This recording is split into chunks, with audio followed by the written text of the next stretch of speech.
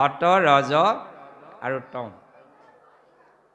এতিয়া কোনো মানুহে আমি ক'ব নোৱাৰোঁ বোলে এই বাপসকলে ভাগৱত কৈ থকা বাপজন আৰু একেবাৰে বোলে সৎগুণী। এটা গুণ লৈ কোনো জীৱ হ'বই নোৱাৰে। জীৱ বাদ দিয়ক, সৃষ্টি অনাদি পাতনতে সুন্দৰকৈ লিখিছে যে এটা গুণ লৈ কোনো পদাৰ্থই হ'ব নোৱাৰে। পদাৰ্থ ভূত মাত্ৰেই 3 গুণ লাগিবই।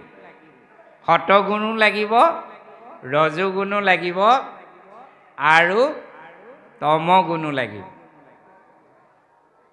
সতগুণ মানে হৈছে সৃষ্টি শক্তি, ৰজগুণ মানে স্থিতি শক্তি, তমগুণ মানে বিনাশ শক্তি। এই 3 গুণৰ অতীত কেৱল এজনেই আছে, সেয়া ভগৱান।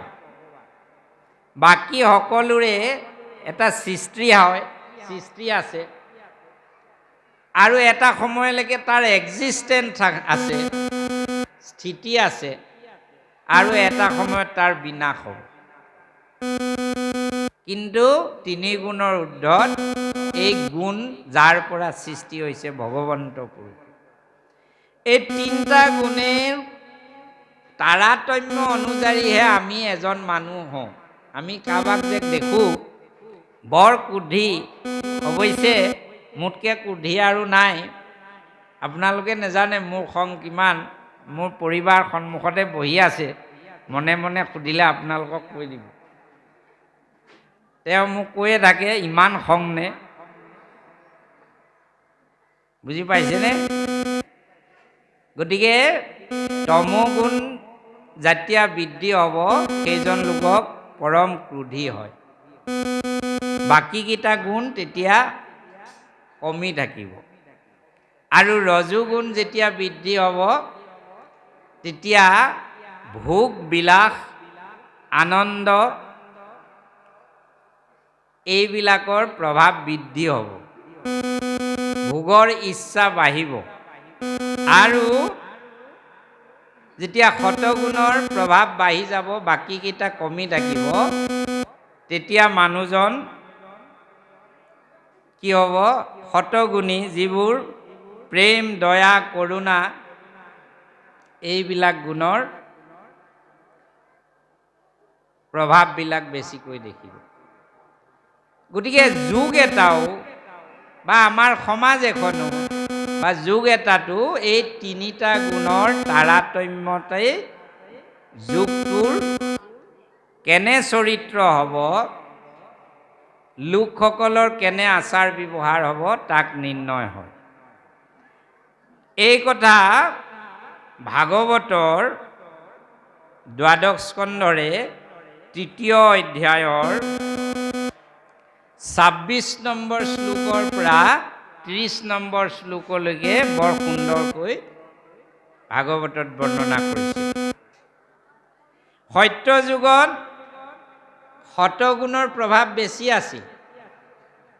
সেইকাৰণে সত্য যুগৰ মানুহৰ মন, বুদ্ধি আৰু ইন্দ্ৰিয়ত সদায় সৎগুণত আশ্ৰিত হৈ জ্ঞান আৰু তপস্যাত অধিক আগ্ৰহী হৈ আছিল লোকসকল। প্ৰত্যেকেই জ্ঞান লাভ কৰিব বিচাৰে, প্ৰত্যেকেই তপস্যা মানে গভীৰ সাধনাৰে ভগৱত প্ৰাপ্তি হ'ব বিচাৰে। সৎগুণৰ প্ৰভাৱ থকা লোকসকল এনেকুৱা হয়। আৰু ত্ৰেতা যুগত কি হৈ গ'ল? সতগুণৰ প্ৰভাৱ কিছু কমি গ'ল, ৰজোগুণৰ প্ৰভাৱ বাঢ়ি গ'ল।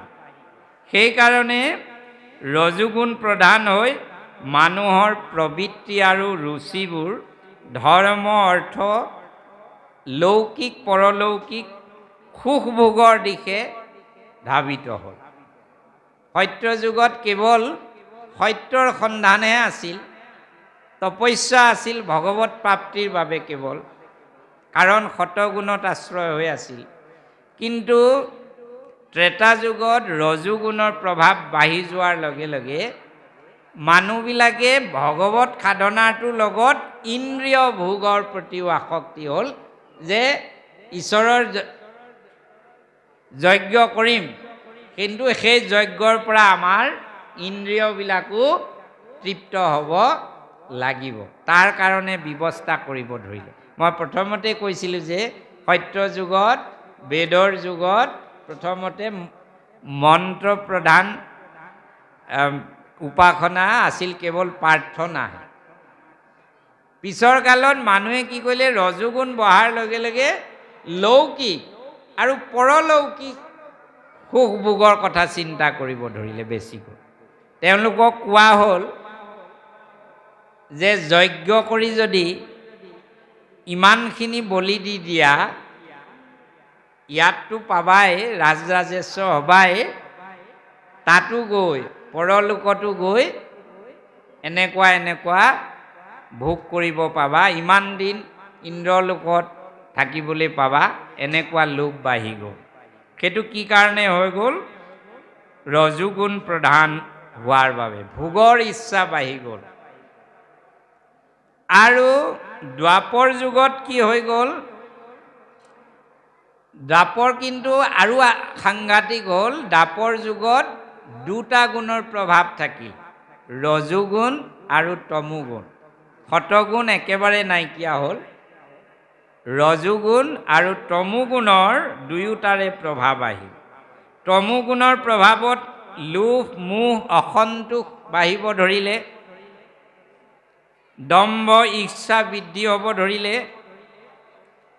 আৰু মানুহে কি কৰিলে, ৰজোগুণৰ প্ৰভাৱ, ৰজোগুণৰ কথাটো কৈ আহিছিলোঁ যে ভোগৰ ইচ্ছা, খুব বেছিকৈ ভোগৰ ইচ্ছাত তেওঁলোকে পূজা পাঠ, যাগ যজ্ঞ এইবিলাক কৰ্মকাণ্ডৰ প্ৰতি আকৰ্ষিত হৈ গ'ল। আৰু কলিযুগ কি হৈ গ'ল? কলিযুগত ওপৰৰ দুয়োটাই নাইকিয়া হৈ গ'ল, কেৱল তমোগুণ প্ৰধান হৈ গ'ল। আৰু এই তমোগুণৰ প্ৰভাৱত কি হয়? মিছা, বেশ্যা, কপটতা, তন্দ্ৰা, নিদ্ৰা, হিংসা, সুখ, মুখ, ভয়, দীনতা এইবিলাক আমাৰ মাজলৈ আহি গ'ল। কলিযুগৰ মানুহ সেইকাৰণে মিছা কথাটো মুখৰ আগতে লাগি থাকে। আজিকালি মোবাইলটো হোৱাত আৰু ডাঙৰ কথা হৈ গ'ল, মানে ফাঁকি দিবলৈও বৰ সুবিধা হ'ল। বোলে নামলৈ যাব বাপ, নামঘৰত আজি নাম আছে। এই বাপ নহয়, বুজিছেনে, মোৰ একেবাৰে ভৰি এটা বিষত থাকিব পৰা নাই। অলপ পিছত দেখিব সেইজনে বৰ ডাঙৰ কোৰ এখন লৈ পিছফালে কোৰ মাৰি আছে। কিন্তু নামঘৰলৈ আহিবলৈ মিছাটো মুখৰ আগত আমাৰ লাগি থাকে। এয়া কলিযুগৰ প্ৰভাৱ। বেশ্যা, বেশ্যা মানে অসৎ উপায়েৰে হ'লেও নিজৰ পেট পোষণৰ চিন্তাটোক বেশ্যা বুলি কয়। আমাৰ সমাজত বেশ্যা মানে শব্দটোৱে কেৱল অকৃতিত্বক বুজাইতো নহয়। বেশ্যা মানে মতা মানুহো বেশ্যা হ'ব পাৰে। যদি আপুনি পেটৰ বাবে অন্যায় পথেৰে কাৰোবাৰ পৰা লৈছে, সেয়া বেশ্যা, তাৰহে নাম বেশ্যা। কপটতা, কেনেকে ছল কপট কৰি মোৰ কথাটো সিদ্ধি হয়। তন্দ্ৰা, কলিযুগত মানুহবিলাক অলপতে এনেকুৱা, কৃষ্ণ কথা শুনি থাকোঁতে আপোনালোকৰ বহুতৰ এতিয়া দেখি আছোঁ, তন্দ্ৰা, এয়া কলিৰ প্ৰভাৱ। নিদ্ৰা বেছি, টোপনি বেছি। আগতে আইসকলে সূৰ্য উদয়ৰ আগতে নিদ্ৰা ত্যাগ কৰি ঘৰ দুৱাৰ সাৰিছিল। এটা কথিত বিশ্বাস আছিল যে গৃহস্থৰ জনক বাঁহী ঘৰত খোজ দিলে গৃহস্থৰ আয়ুস টুটে, গতিকে তেওঁ তাতকৈ আগত উঠি ঘৰ দুৱাৰ সাৰি পুচি দিছিল। আজিকালি এইটো ওলোটা হৈ গ'ল, নিদ্ৰা বেছি হৈ গ'ল। মহিলাসকল জগাব লাগিলেও গালিয়ে শুনিব লাগে। আগতে এটা শব্দ অসমীয়া ভাষাত আছিল বোৱাৰী পোৱা। দেউতাহঁতে জানে বোৱাৰী পোৱা মানে কি? একেবাৰে ব্ৰহ্মপুৱাতে প্ৰথম উঠা মানুহবিলাক আছিলে বোৱাৰী। সেইকাৰণে এটা শব্দই অসমীয়া ভাষালৈ আহিলে বোৱাৰী পোৱা। বুজি পাইছেনে? মই আজিকালি ৰাতিপুৱা খোজকাঢ়িব যাওঁতে মোৰ গাঁৱৰ বেছিভাগ বয়সস্থ বুঢ়ী মানুহবিলাকক লগ পাওঁ। তেওঁলোকক মই ধেমালি কৰি কওঁ, অঁ আপোনালোকেহে ভাল কাম কৰিছে, কিন্তু এটা কথা, আজিকালি পোৱাটোৰ নাম বোৱাৰী পোৱা নহয়। বোলে কি পোৱা? মই বোলো বুঢ়ী পোৱা। কাৰণে বুঢ়ী মানুহবোৰ এতিয়া কি হয়, ডায়েবেটিছ কিবা কিবি হাই প্ৰেছাৰত খোজকাঢ়িব যায়। কোনো বোৱাৰী মানুহ মই দেখা নাপাওঁ। আৰু দুই এজন মতা মানুহে পদূলি মুখটো সাৰি থকা দেখোঁ। তেওঁলোকক সুধিলে বাপ এক্সাৰচাইজৰ কাৰণে কৰি আছোঁ আৰু। মোৰ ভাল কৰিছে, ভাল কৰিছে।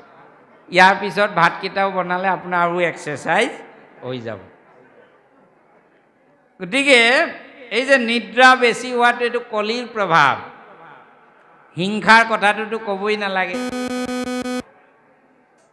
হিংসাৰ কথাটো ক'বই নালাগে। হব কৰহু মাৰি পুৰত উহি উদৰ। আগতে এনেকুৱা দিন আছিল যে এটা হাঁহ গাঁওখনৰ, আপোনালোকৰ এইফালে আছিল না ক'ব দেই, হয় নহয়? কাৰোবাৰ ঘৰত বিহু সংক্ৰান্তি হাঁহ এটা ভাগালে ৩-৪ ঘৰে ভগাই লয়, হয়নে? এটা কাঁহৰ বাতিত সমানে এনেকৈ দি মাংস ভাগ কৰে।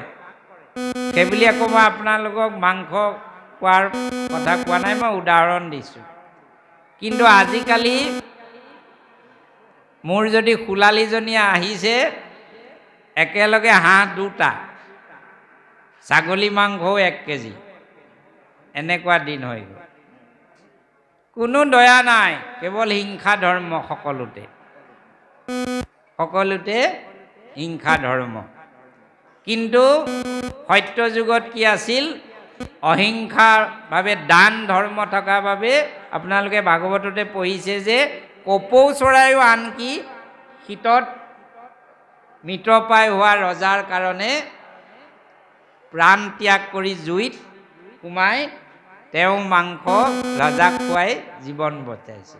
কিন্তু এতিয়া এইটো নহয়, সকলো মাৰি মই খাওঁ। এয়া কলি যুগৰ প্ৰভাৱ। আৰু সুখ আৰু মোহ এই দুটা খুব বেছি। সুখ আৰু মোহ আমাৰ এতিয়া অকণমান কথাতে সুখ আহি যায়, সুখ আহি যায়। এই যে সকলো ভগৱত লীলা ভগৱন্তৰ কাৰণে হৈ আছে সেইটো নহয়। যেতিয়া আমাৰ অকণমান দুখ আহি যায়, আমাৰ মনৰ অমিল হোৱা কথা এটা আহি যায়, আমি শোকাত ভাগি পৰোঁ, আঁতুৰ হৈ পাওঁ। তাৰপিছত মোহৰ কথা ক'বই নালাগে আৰু। মোহত পৰি এই আসনৰ পৰা ক'বলৈ বেয়া লগা কথা, মোহত পৰি ব্যভিচাৰ কৰি নিজৰ স্বাৰ্থ সিদ্ধিৰ বাবে পত্নী আৰু জীয়েকে মিলি বাপেককে হত্যা কৰি পেলায়। এয়া কাৰ প্ৰভাৱ? কলি যুগৰ। কলি যুগৰ আৰু প্ৰভাৱ আছে ভয়। ইয়াত তাৰমানে তমো গুণৰ প্ৰভাৱ, ভয়। আমাৰ ভয়ৰ সীমা নাই। ভগৱন্তক ভজিবলৈও ভয় লাগে, ভগৱন্তক ভজিবলৈও আমাৰ ভয়। এই নাই নাই নাই, এইবোৰ ভাগৱত নাম ধৰ্ম ধৰিব নোৱাৰোঁ। আমাৰ পূৰ্বপুৰুষৰ পৰা কৰি অহা নিয়ম এৰিব লাগিলে ডাঙৰ দুখ লাগিব। ভগৱানক ভাবিবলৈও ভয় লাগে। দীনতা কলিকালৰ লোকসকলৰ সকলোবিলাক ভাগৱতৰ আপোনালোকে পঢ়ি গ'ল। আৰ্থিক, মানসিক, শাৰীৰিক সকলো ফালৰ পৰাই দীনতা আহিব। শৰীৰৰ বল কমি যায়, জ্ঞান কম হৈ যায়, আয়ুস কমি আহিছে, এই সকলো দীনতা আহি গৈছে। এই সকলোবোৰ হৈছে তমো গুণৰ প্ৰভাৱত। কিয়নো এই তমো গুণটোৱেই কলি যুগৰ মূল আশ্ৰয়। গতিকে তমোগুণৰ প্ৰভাৱতে কলিৰ এইখিনি এতিয়া চলি থকা গুণখিনি প্ৰকাশ হৈ আছে।